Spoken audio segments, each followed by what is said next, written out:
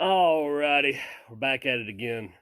We have a very, very cool podcast on our hands today, and I'm really hoping that y'all will enjoy it.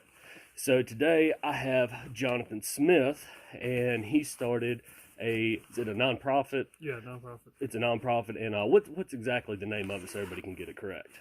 Putting a dent in mental health. Putting a dent in mental health. So if you'd like to tell us a little bit about this, for reasons, I didn't look it up. So this is going to be new to me just as much as it is new to everybody else. So go ahead, take it away, man. We started this August 2nd, 2018. 2 months after a close friend of mine committed suicide. Started doing research on mental health statistics, suicide rates, and other stuff with first responders and suicide. Day we buried Robbie, his pastor asked about those rates and statistics. So I got to being nosy and realized the numbers were high, so started this program. Okay, and you are a medic, correct? No, EMT firefighter. EMT firefighter. So you're right in kind of the middle of all this. So Yep. you're talking directly from the point of view of the people that this is affecting. Yeah, and everybody that's part of my organization's fire, EMS, law enforcement, or some form of chaplains. Okay. We got some licensed clinical social workers as well, nurses. Okay. So that's pretty great. So how did you come up with the name Putting a Dent in Mental Health? For anybody that knew Robbie, anytime you would ask him to come help you or for a favor, he'd laugh at you and say you just need to put a little dent in it. That's pretty great. So, after we decided on a name, I went to his father for the blessing to be able to use that since it was his son's catchphrase. And just out of respect for the family, we wanted to make sure they was okay with it. Yeah, I can completely understand that. So what's your what's kind of like the big focal points of this organization? What exactly are y'all kind of trying to do with it? Our biggest concern is mental health awareness for first responders and healthcare providers. We've included fire, EMS, police, nurses, and chaplains, and any healthcare provider level. Because one of our things is even your housekeepers at the hospital see stuff that they're not mentally strong enough sometimes to understand. Nurses are, to us, part of the first responder world because we work so closely with them. And, one of our things is you take a single mother who's a nurse and at a busy hospital. Even, take Roanoke for instance, is a busy hospital. Oh, yeah. That's a single mother of a small child working a 7A to 7P shift or whatever, 7A to 3P, and gets off work at 3. Say, worst case scenario, she's had 2 pediatric arrests that day and gets off 3 o'clock, goes to babysitters, picks up her child, goes to a baseball game, takes the child home, does homework, does shower, does all that, gets into bed, goes right back to work. Who does that mom have to vent to? Okay. So that's the reason we threw in nurses, because we know that they see and witness just as much, if not more, than we do.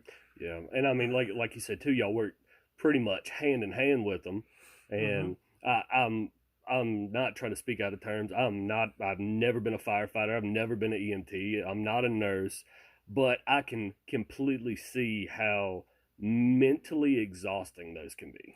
Yeah, and I mean, frontline nurses in hospital settings are just like us. They don't acknowledge a need for help, especially with compassion fatigue. Well, that too, and they're always worried about the other person. 'Cause I mean, it's your job. Yeah, and that's our primary focus. Is it's in our mindset to help others before we help ourselves. Yeah. Even though they train you, to look out for you as number one before you put somebody else. And that's not our mindset.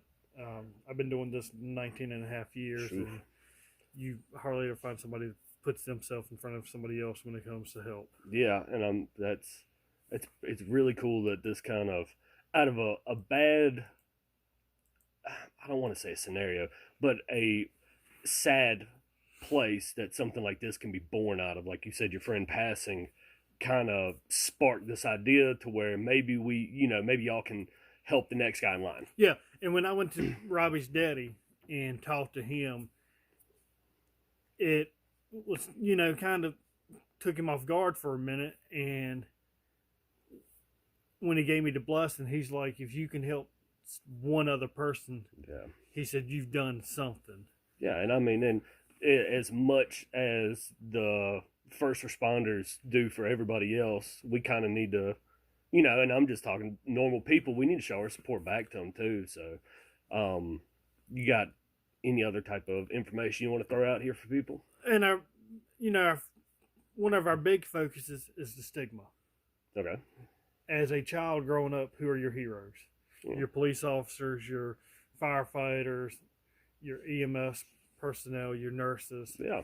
So you build that stigma that they're superheroes. So when you come into this profession, you're held to a higher level of standard because of the superhero status that you obtain from small children. Yeah, no, that makes in sense. the public. So now the stigma has created when you are feeling something or showing weaker, you don't want to be that weak person or that missing link, and you're less likely to reach out for help. And the thing up until here last couple of years has always been, you knew what you signed up for. Yeah. Get over it. Yeah, the job was dangerous when you took it. Yeah. So I mean, it's just like the police officers. When you signed that application, you knew you was going to be shot at. Yep. That's so. Yeah. That's I've had the good and bad terms meeting many police officers, and then it's crazy. There's actually one, he works for the county, and I become good friends with him just because of going to the gym. And you can always joke and say you can kind of smell it on them. Those first responders have kind of I don't want to sound hippie-ish and say an aura about them, but you can definitely tell when somebody is in a role like that. Yeah. And I guess that plays back to if we're the strong ones, we can't be weak for anything. Exactly. And you don't want to be shown weak. Yeah. Because of your peers from the public, your co-workers, your supervisors, and that's the stigma that's created.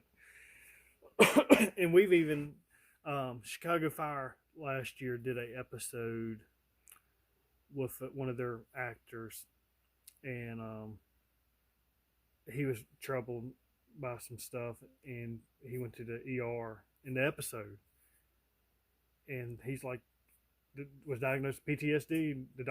He looked at the doctor. He said, I can't have PTSD. I'm a fireman. Yeah. And I called him. I said, look, and I gave him a history of what I'm doing. And I was like, this is what is causing the problem, not helping the problem. And the production team, I talked to them 3 times last year. And over the last 6 months, I've noticed in episodes that they've kind of changed their mindset on that. And I'm not saying, that's because of my phone call, but I'm hoping that it might have started a snowball. Yeah, I'm hoping they took time to realize the numbers that are out there. Yeah. And so you've been putting in a lot of work. I know this from the simple fact of we've talked about doing this for probably a couple months now. Yeah, I do a whole lot of work home and away from home. I do a whole lot of research. I do a whole lot of phone calls, emails, meetings. I've traveled the whole country with this. Dude, it's really awesome to see that it's a small town guy. Exactly. Took this little thing and started running with it, and now, you're making phone calls to TV shows to try to get this straight, just so more people can understand it. Just in the simple fact of trying to help everybody. That's pretty awesome, dude. And I've been to DC 3 times. Can almost get my way around the Capitol Hill pretty much good. I stay in constant contact with people from DC, the International Association of Fire Chiefs. I got contacts all across the United States. That's awesome, man. Do you got any like statistics you want to throw out here, just so just so maybe that other people who don't really have much contact with, you know, first responders and stuff like that, just so they can kind of wrap their head around this kind of the exact, you know, the magnitude of this. Well, in 2015, 86% out of 4,022 EMS providers reported a single episode. Oh, technical difficulties. There you go. We're trying to pull up some stuff on a laptop here. Single episode of a mental health illness or depression or. And this is just something I just kind of thought of here. This has been going on forever, probably. Yeah. But why do you think it's getting such? I mean, just the mental health aspect of it. Why do you think it's getting so much attention now? Is it just because of awareness of it, or people are starting to understand? And I guess that too, and people are starting to kind of open up and actually talk about the situations. The 86% reported stress as a result of a single incident or more. 37% of that 86% had contemplated suicide, and 6.6% had actually made a suicide attempt. The responder contemplation or attempt to suicide is 10 times greater than the average citizen. The only one that is higher than a first responder suicide is the military.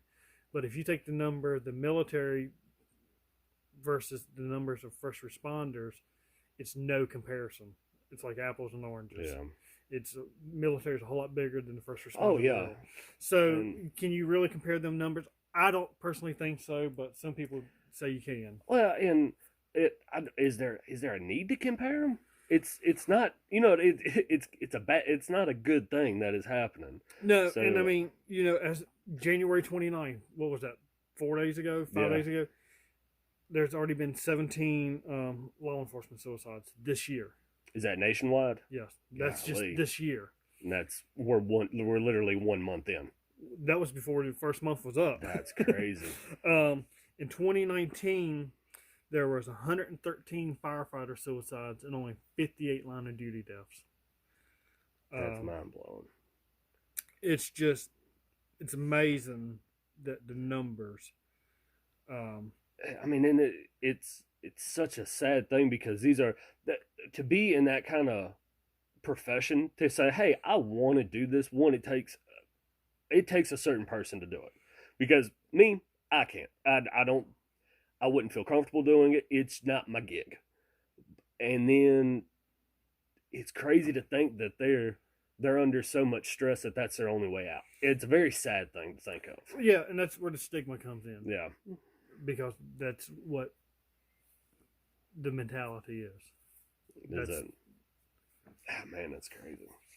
So, you did have an announcement that you would like to make. Yeah, we are getting ready to launch a campaign called Light It Up Green, and it's based off the 2016 model of the Blue Porch Light, which honored fallen police officers. Okay. And May is Mental Health Awareness Month. And last year we worked with Korean Franklin Memorial ER, and they wore T-shirts for us to promote mental health awareness. And so this year we decided to go a little bit bigger and do Light It Up Green. And with May being Mental Health Awareness Month, mental health awareness color is green. So we're promoting Light It Up Green and asking people to turn their porch lights green.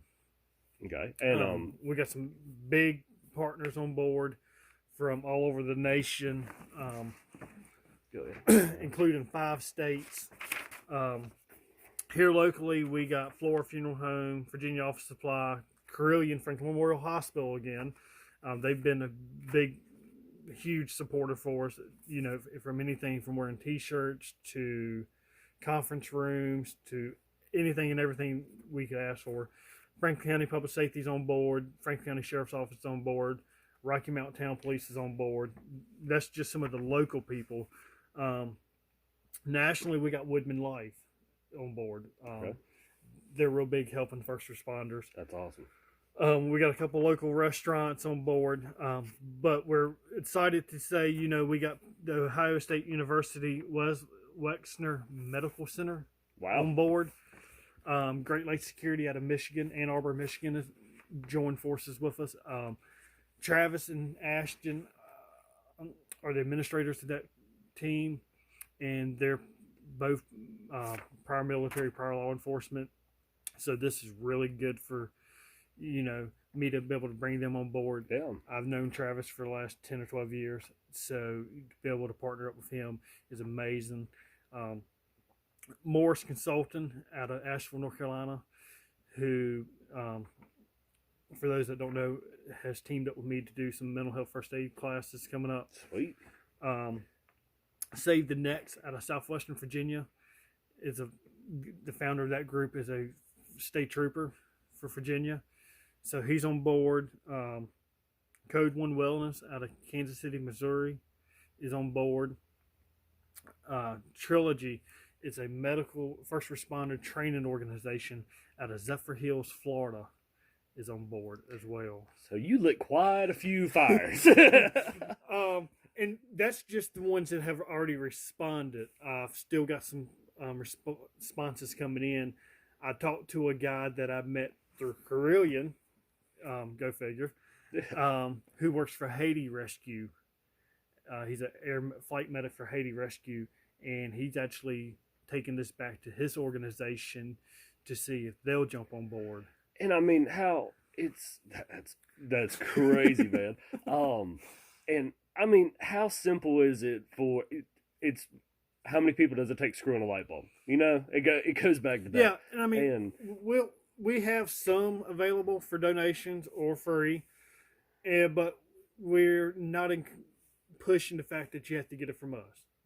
Just turning your porch light green will go a long ways. Yeah, and I mean, and who's to say that maybe one of the people who are struggling with a mental illness is driving down the road and it's not been their day, and they're just down in the dumps, and all of a sudden you drive by 10 green porch lights, and you know what that means, and you know that it's normal people plus first responders plus Joe Schmo down the road, that everybody's basically saying that we're behind you on this. Yeah. Like, we're supporting you. And who knows, that actually might just affect somebody just seeing a green porch light going on.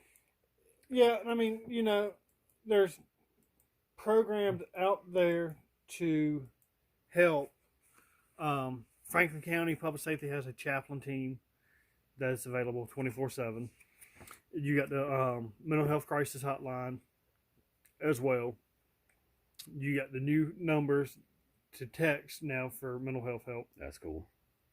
We're working closely with Piedmont Community Health or Community Services here in Franklin County. They cover Southwestern Virginia. We're working closely with them. We're part of a coalition through Piedmont to start looking at suicide prevention here in Southwest Virginia. We're working with the International Association of Fire Chiefs. We're honored to be a listed sponsor of the HERO Act that's going up to Congress in the 118th session. Do you know? I imagine you do, but do you know? I've never heard of this. That's fixing to go up there. So can you do a little bit of explaining for me? It's the Helping Emergency Responders Overcome Act. Right now, suicide is not mandated to be reported. So the numbers that I've told you is just what's been reported. Yeah, and that's not the ones that have not been reported. Yeah. So not only would this mandate that, but it'll provide more assistance for mental health training, more mental health awareness, and other stuff. Yeah. We have worked closely with national organizations, including the National Association of EMT, International Association of Fire Chiefs. Dr. Ami Bearer, representative out of Sacramento, California, wrote this, and it was pushed back last year because he didn't have provided enough information in it. International Association of Fire Chiefs somehow got a hold to my stuff, called me, asking me for my statistics. We got to talking. They invited me to DC, so I went up last year and spent the whole day up there with them, and they took my statistics, my information that I had provided. Together, we revised the HERO Act, and it's been reintroduced, and it's being brought up in the 118th session to be voted on. Okay. So I mean, yet again, another fire lit, right? So, about 2 weeks ago, we shared a link on our Facebook page that you can go in, and it's through IFC, and all you do is go in, enter your information, and when you enter your information, hit send. It says you support the HERO Act, and it's in to your localized representative. You don't have to do the research to find out who your local representative is. You don't have to type an email or nothing. It does it all for you. That's awesome. And what is exactly the name of the Facebook group? So that way, maybe we can get a little bit more action there too. Putting a dent in mental health, INC. INC. Okay. Yeah. So I know I'll do my best. I'm not the most tech savviest person.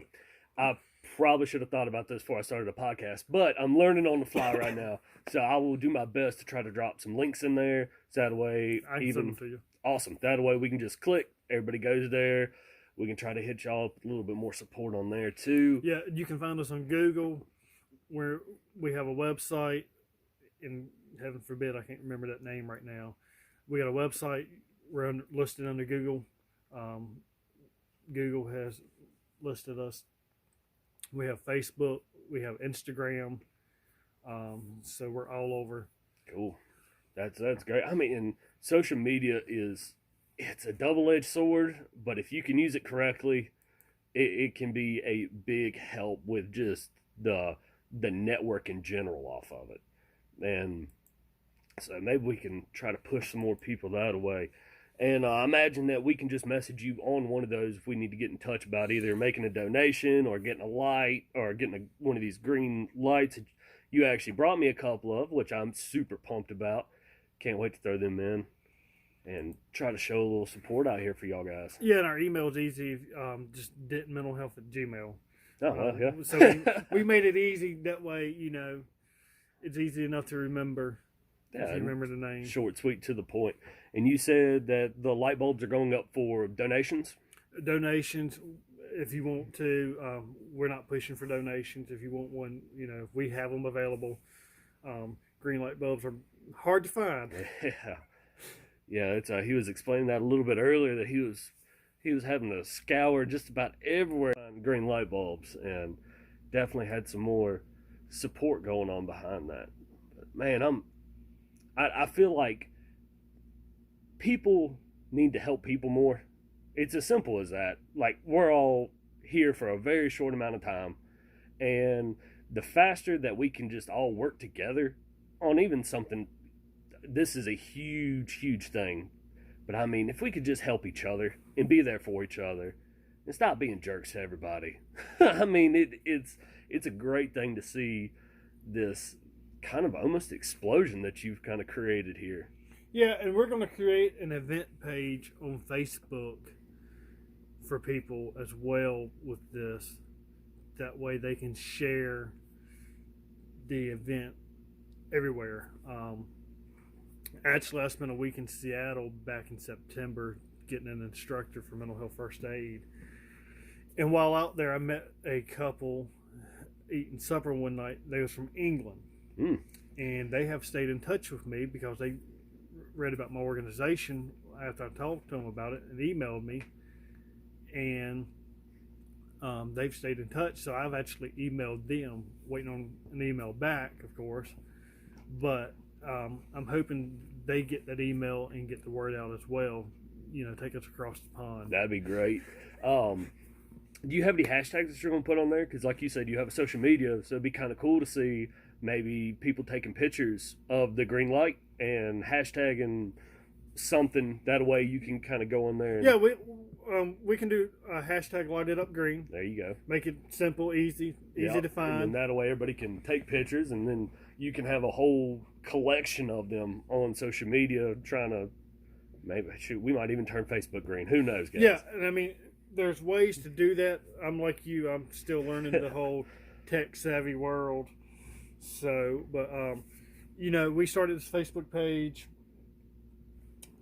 late 2018, and it has tremendously taken off, and we're up to over 1,100 followers. Shoot, yeah, man. I'm getting followers from all over the world.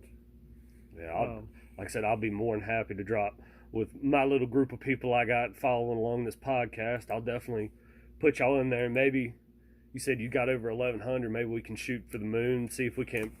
It'd be awesome to see you at the end of the year at least over 2,000, maybe 2,500 followers. Yeah, we get ready to release this with the local news outlets as well, so it's no telling. I should be able to push good too. And that's how International Association of Fire Chiefs got a hold to us, is because they read one of the news interviews.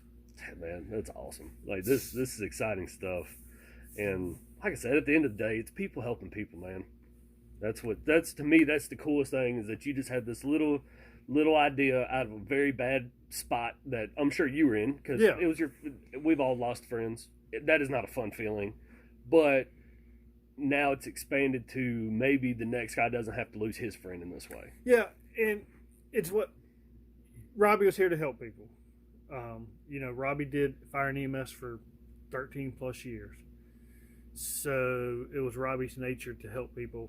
And my way of looking at it is, this is Robbie's way of still helping people. Still helping people. That's great, dude. So, and I mean, it's just growing. Yeah, man.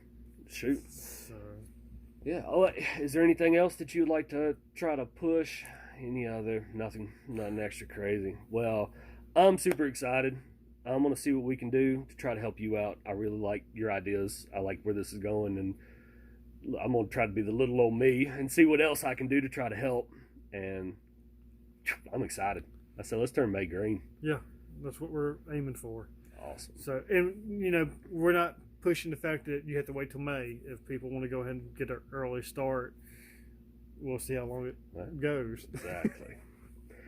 Alrighty, man. Well, I really appreciate you being here.